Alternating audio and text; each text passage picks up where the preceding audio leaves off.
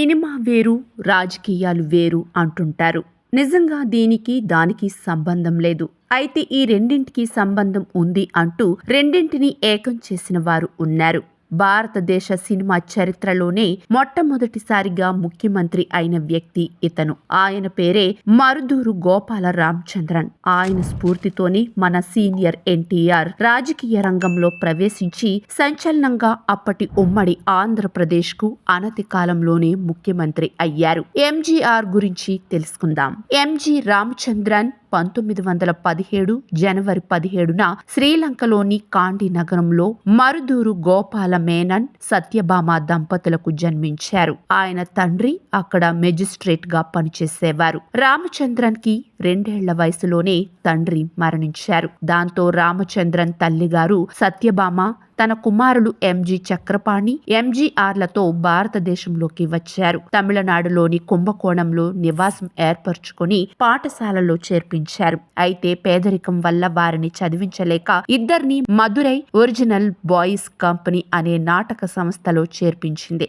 అప్పటికి ఎంజీఆర్ వయసు 7 సంవత్సరాలు. అక్కడ చిన్న చిన్న పాత్రల తరువాత క్రమంగా ఆయన ప్రాముఖ్యత గల స్త్రీ పాత్రలు ధరించడం ప్రారంభించారు. అలా కొంతకాలం గడిచిన తరువాత ఆయనకి తొలిసారిగా సినిమాలో నటించే అవకాశం లభించింది. ఆ సినిమా పేరు సతీ లీలావతి. అందులో ఆయన పోలీసు పాత్రలో నటించారు. ఎన్టీఆర్ తొలి చిత్రం నా దేశంలో ఎన్టీఆర్ కూడా పోలీసు పాత్ర వేయడం యాదృచ్ఛికం. అలా కొన్ని సాంఘిక పౌరాణిక చిత్రాల్లో ఉప పాత్రలు ధరిస్తున్న సమయంలో 1947లో రాజకుమారి అనే సినిమాలో కథానాయకుడిగా నటించే అవకాశం వచ్చింది. దాని తర్వాత మలై కనన్ అనే సినిమాలో నటించగా అది మంచి విజయాన్ని సాధించడంతో తమిళ సినిమా రంగంలో ఆయన నటుడిగా స్థిరపడ్డాడు. ఇక రాజకీయాల విషయానికి వస్తే ఆయన అన్నాదురై వల్ల ప్రభావితం అయి డైడీఎంకేలో చేరాడు. అనతి కాలంలోనే తమిళనాడు శాసన మండలి సభ్యులుగా ఉన్నారు.